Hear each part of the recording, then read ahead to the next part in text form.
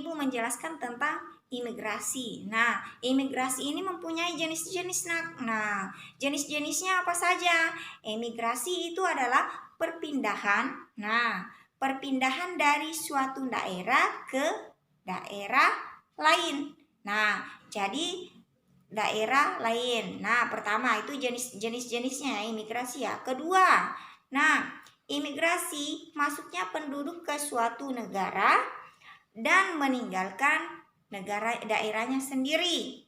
Nah, ketiga, urbanisasi. Urbanisasi itu adalah perpindahan dari daerah ke daerah lain. Transmigrasi, perpindahan penduduk antara pulau dalam suatu negara. Kelima, yaitu remigrasi. Remigrasi itu apa? Kembalinya suatu penduduk ke negara asalnya. Jadi di sini yang Ibu jelaskan yang terakhir tadi itu adalah remigrasi. Nah, kembalinya suatu penduduk ke negara asalnya. Jadi kan biasanya ini terjadi seseorang itu akan berpindah kembali ke negaranya atau ke daerahnya, tempat mereka asal mereka tinggal. Itu biasanya adanya pekerjaan dengan sistem kontrak, atau mereka dipecat dari pekerjaannya. Otomatis kan mereka merantau hanya dengan pekerjaannya, dituntut dengan pekerjaannya. Pada saat mereka kontraknya habis atau mereka sudah di PHK, otomatis setiap daerah itu akan setiap orang itu akan berpindah. Nah, apakah di sini kita tidak bisa tentukan apakah mereka itu pada saat berpindah ke daerahnya, apakah mereka itu akan tetap di situ atau mencari lagi daerah yang lain yang mempunyai lowongan kerja. Nah, di sini itu adalah penjelasan secara garis besar tentang imigrasi, ya. Paham ya tentang penjelasan imigrasi, tentang jenis-jenis imigrasi.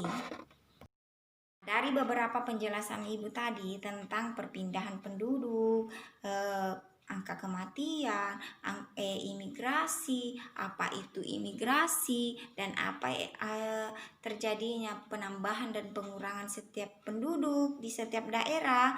Nah, di sini juga di dalam dinamika penduduk itu juga mempunyai dampak.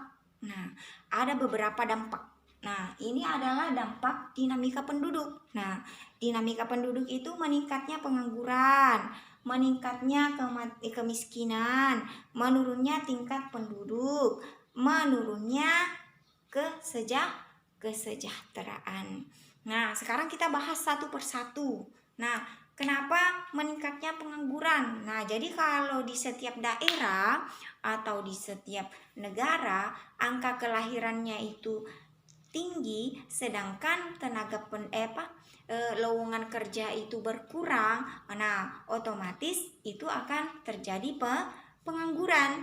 Nah, kedua, meningkatnya kemiskinan. Nah, jadi pada saat di setiap daerah itu padat, nah daerahnya padat, terus lowongan kerja juga tidak ada, jadi akan terjadi jumlah kemiskinan. Makanya kalau misalnya di setiap daerah, misalnya kalau di pulau-pulau atau di desa, mereka itu melakukan namanya perubahan untuk menghilangkan angka kemiskinan di daerahnya atau di desanya. Dengan cara apa? Misalnya di setiap daerah mempunyai potensi masing-masing. Nah, baik itu potensinya berasal dari hasil alam atau hasil laut. Misalnya, penghasilan di suatu daerah itu hanya menghasilkan hasil laut saja. Misalnya ikan saja. Berarti untuk kita mengurangi angka kemiskinan atau pengangguran di setiap daerah atau desa, nah kita berinisiatif untuk melakukan perubahan. Nah, perubahannya seperti apa? Misalnya kita cari potensi di daerah kita itu apa, yang banyak itu apa, misalnya ikan. Nah, kita membudidayakan ikan di setiap daerah kita untuk memberikan mereka pekerjaan. Tapi di sini tidak mudah. Bagaimana, Bu? Nah, kita harus menuntut ilmu dulu. Tidak harus kita sekolah ya. Nah, setiap sekolah itu harus ya. Nah, kadangkala potensi setiap orang itu bisa dari pendidiknya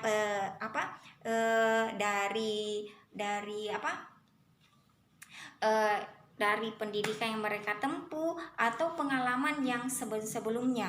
Nah, jadi ada dampak negatif dan ada positifnya ya dari imigrasi. Misalnya, kalau kita berpindah ke daerah lain, otomatis kita itu mempunyai pengalaman atau mempunyai ilmu ya. Misalnya kalau kita sudah sekolah tinggi-tinggi ataupun sudah lulus SMA, nah lulus kuliah, itu kan kita tidak mungkin kita bekerja, tidak mungkin di setiap orang itu bekerja semua di daerahnya sendiri ya. Ada juga yang berpindah daerah untuk mencari pekerjaan. Nah, ada dampaknya ya pada terjadinya imigrasi ini. Ada sisi positifnya. Nah, pada saat kita misalnya kalau lulusan SMA misalnya kita bekerja di pabrik kerupuk. Nah, di pabrik kerupuk. Nah, pada saat pabrik kita tutup atau bangkrut, otomatis kita mendapat ilmu di situ. Nah, mendapat ilmu. Nah, pada saat kita tidak mempunyai pekerjaan, akhirnya kita berinisiatif untuk pulang kembali ke kampung halaman.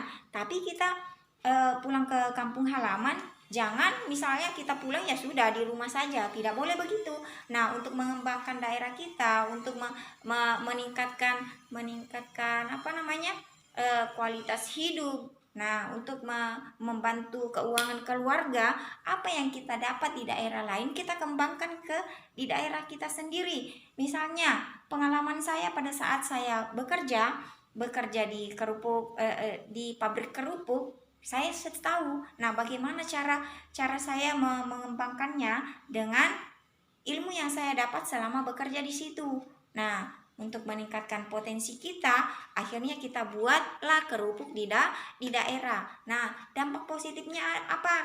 Nah, kita juga mempunyai keuangan kita lancar dan juga membantu orang-orang yang semulanya tidak bekerja, akhirnya bekerja. Nah, itu adalah salah satu contoh dinamika penduduk. Jadi ada dampaknya, ada dampak positif dan ada dampak negatif. Nah, jadi dari beberapa urutan kalian bisa kembangkan sendiri. Paham ya tentang dinamika penduduk. Oke?